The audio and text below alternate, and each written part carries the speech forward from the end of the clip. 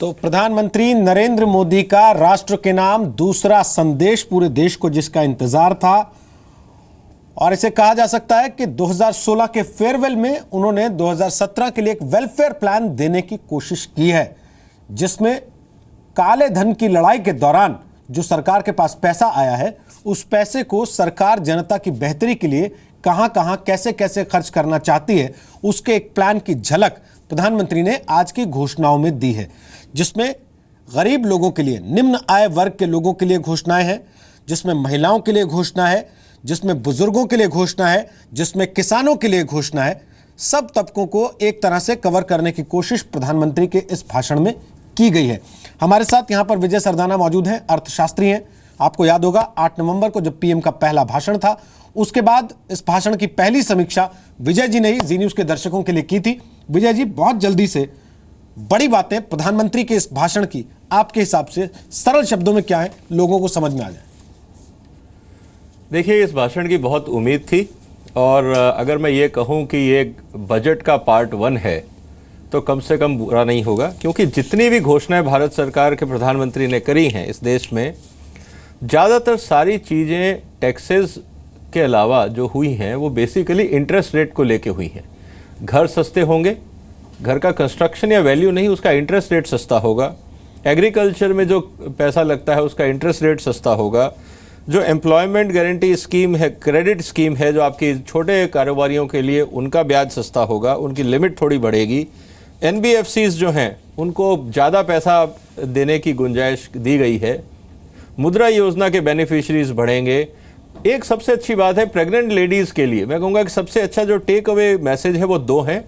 एक तो जो है प्रेग्नेंट लेडीज़ के लिए हर डिस्ट्रिक्ट में 4000 से बढ़ाकर 6000 की जो डायरेक्ट बेनिफिट ट्रांसफ़र जो की गई है, ये एक अच्छा कदम है। निश्चित रूप से दोनों के लिए, महिलाओं के स्वास्थ्य के लिए, जच्चा बच्चा के स्वास्थ्य के लिए, और उनको बैंकों से जोड़ने के लिए ये एक बहुत महत्वपूर्ण कदम है जो प्रधानमंत्री ने किया।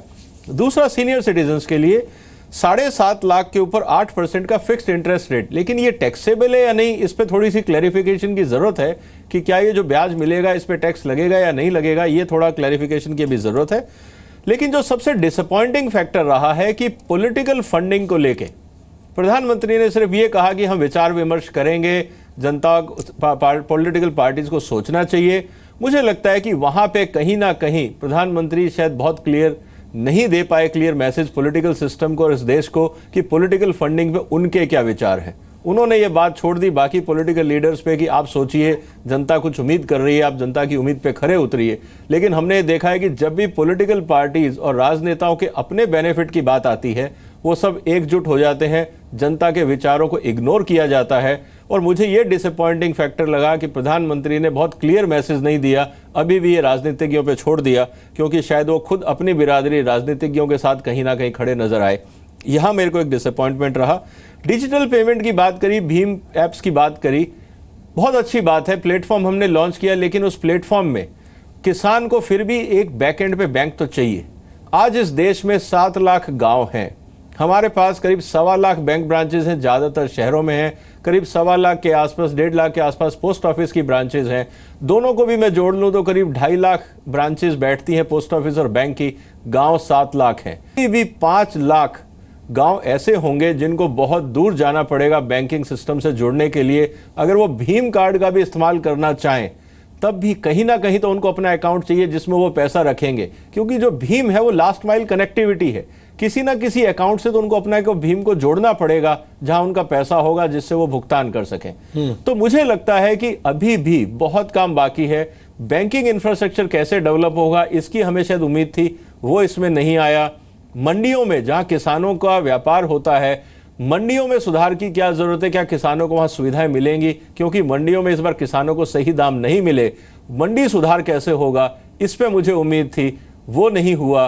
बैंकिंग सिस्टम में जो खामियां रहीं उनको सुधार के लिए क्या कहा, वो थोड़ा सा इंडिकेशन किया कि हम उसमें कार्रवाई करेंगे। लेकिन सबसे बड़ी बात कि ये तो ब्लैक मनी का पहला स्टेप था, बाकी स्टेप्स क्या होंगे, आगे की कार्रवाई क्या होगी, वो एक्शन प्लान भी शायद कहीं ना कहीं क्लियर नहीं हुआ।